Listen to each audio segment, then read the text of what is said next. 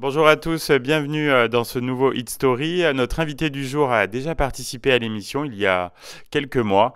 Il revient avec un nouveau titre, Nos heures aériennes, annonciateur d'un EP.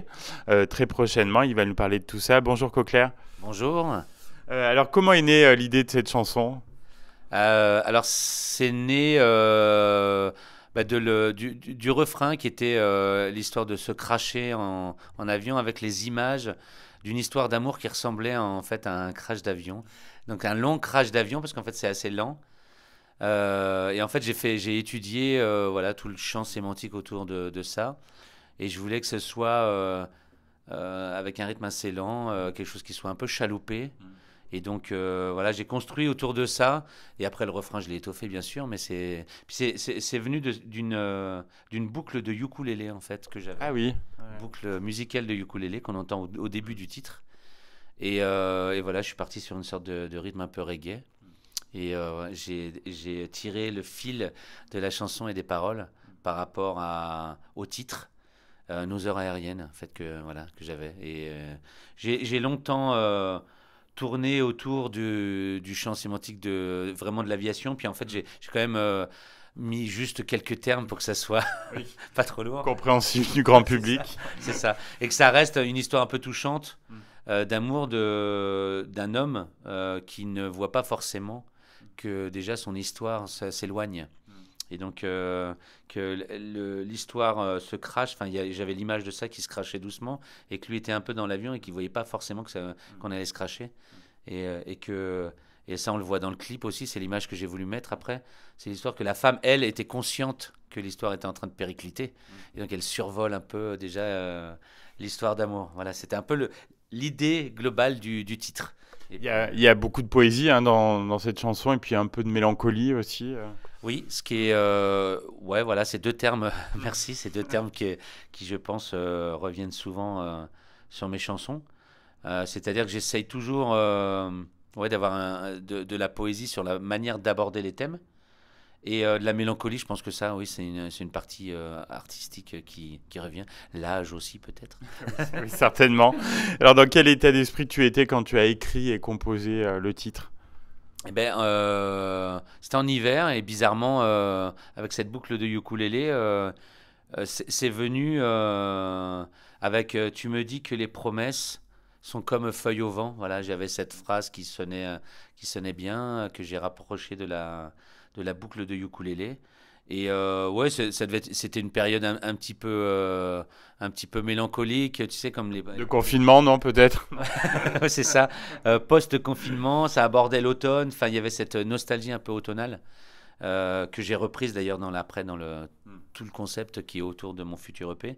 Mais voilà, c'était un peu cette après-été, la descente dans l'automne. Il y avait quelque chose d'assez mélancolique, ouais, tout à fait, avec les feuilles orangées. J'avais un peu ces images globalement. Donc voilà, on a travaillé vraiment là-dessus. Après, l'état d'esprit réel, j'essaye pas trop de l'analyser sur toutes mes paroles parce que c'est compliqué de s'auto-analyser.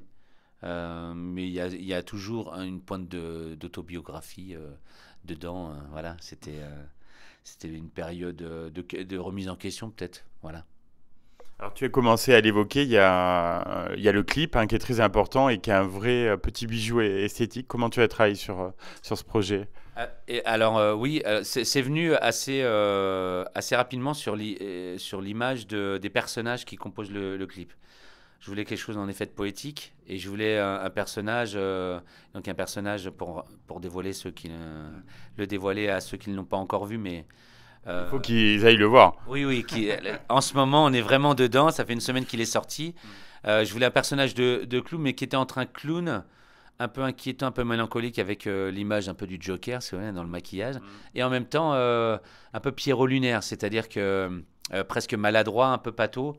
Et en fait, j'ai livré ça avec aussi une voltigeuse. Ah oui, oui, très doué d'ailleurs. Ouais. Ouais, il y avait un côté Mariotte que je salue. C'était une superbe prestation qu'elle nous a faite. Et c'était vraiment ça que je voulais. Et après, j'ai livré ça à Homework, qui est le réalisateur du clip.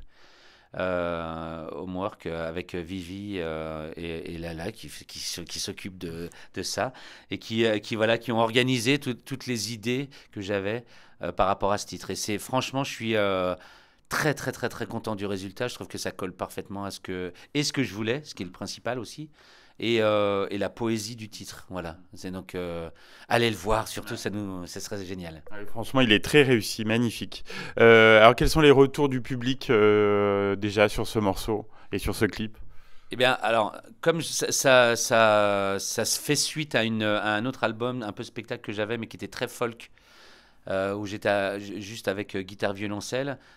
L'esthétique a un peu changé. Je reviens sur un côté plus pop, plus rentre dedans. Et ça, c'est aussi parce que j'ai travaillé avec un arrangeur de la région qui s'appelle Spélim, Martin aussi que je salue. Voilà, où la direction était vraiment celle-ci, avec du groove en fait. Et les premiers retours sont géniaux. Le clip a fait l'unanimité, je pense. J'ai reçu une ou deux critiques. Oui, j'ai vu sur les réseaux, mais bon, on se demande le but. Voilà, mais ça c'est plutôt drôle. Mais globalement, non, c'était une vraie réussite et on est super content. Et j'espère qu'il va faire suite, que ça va faire suite à tout ce qui est en projet, tout ce que mon univers, enfin voilà, ce que ça va installer, cette esthétique que je voudrais installer. Et voilà, je suis super content en tout cas. C'est le premier pas. Normalement, il y en aura d'autres. Il faut suivre, mais il y en aura d'autres. Mais c'est vraiment la première pierre de ce futur EP qui s'appellera Ellipsis et qui est prévu en mars 2022. Et justement, est-ce que les autres morceaux de l'EP sont prêts ou tu travailles encore dessus? Alors, ils sont prêts. On est en mixage pour certains. Voilà, donc c'est en train de se finaliser. Mais la globalité, il y aura 6 titres. Le cheminement des titres, l'ordre des titres et leur rapport aux saisons, parce qu'en fait, il y a un rapport aux saisons. D'où le nom Ellipsis, en fait. Ellipsis, ouais, exactement, qui est en fait la trajectoire de la Terre autour du Soleil. Donc c'est un an, mais c'est surtout les 4 saisons qui se succèdent. Et donc on a décidé de séquencer les sorties qui annoncent l'EP avec les différents changements de saison. D'où le 22 septembre 2021, où l'on a sorti la chanson la plus automnale, voilà, qui était Nos heures aériennes. Et ça va suivre le 21 ou le 22 décembre, puis le 21 mars où il y aura la sortie officielle. Alors, dans les thèmes abordés, donc tu es toujours sur ceux que tu affectionnes, l'amour, le sens de la vie. Oui, c'est ça. En fait, je reviens sur ce que je dis dans la dernière chanson, c'était en fait la poésie des gens ordinaires. Je raconte des histoires qui sont un peu les miennes, le quotidien, mais de façon poétique. Parce que, en fait, je me suis aperçu que j'aimais bien parler d'une sorte de vie extraordinaire. C'est des vies qui marquent, mais qui ne sont pas forcément extraordinaires au sens où les gens l'entendent. Mais toutes les vies ordinaires, pour moi, parfois, sont extraordinaires. Et donc, voilà, j'essaye de transmettre ça, cette poésie des gens de tous les jours. Et ça c'en est un morceau. Et puis, j'espère que le reste suivra. Après, il y a aussi des moments plus compliqués dans la vie, donc j'essaye aussi de les aborder. Là-dessus, ce sera le 21 décembre. On a hâte de découvrir ces prochains morceaux. Alors, tu as fait pas mal de scènes ces derniers temps. Ça fait du bien de retrouver le public et de présenter justement tes nouveaux morceaux. Oui. Alors là, on est super contents.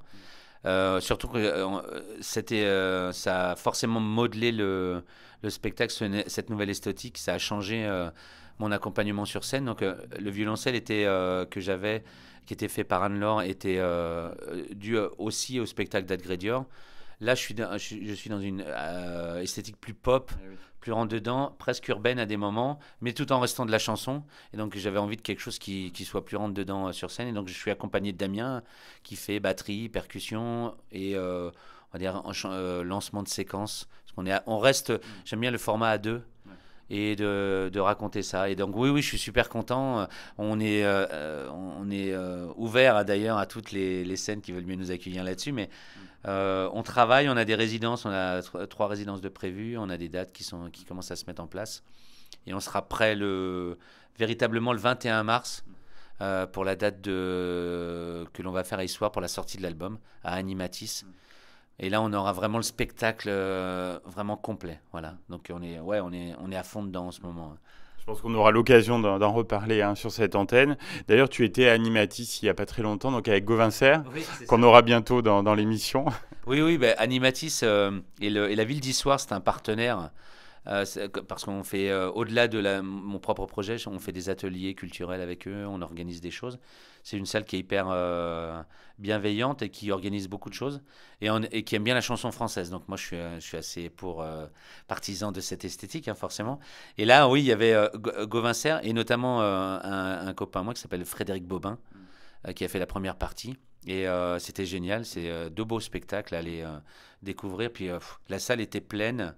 Et donc ça fait du bien que cette salle qui était endormie pendant 1 an et demi, presque 2 ans je pense, voilà, reprenne ses marques. C'était génial. Donc j'espère qu'il y en aura d'autres et que ça sera plein le 21 mars. Voilà, on te le souhaite et on te remercie d'avoir participé à l'émission. On va se quitter en écoutant nos heures aériennes et puis on te souhaite vraiment le meilleur pour les prochaines semaines. Merci Coquelin. Merci pour ton accueil Stéphane, à bientôt.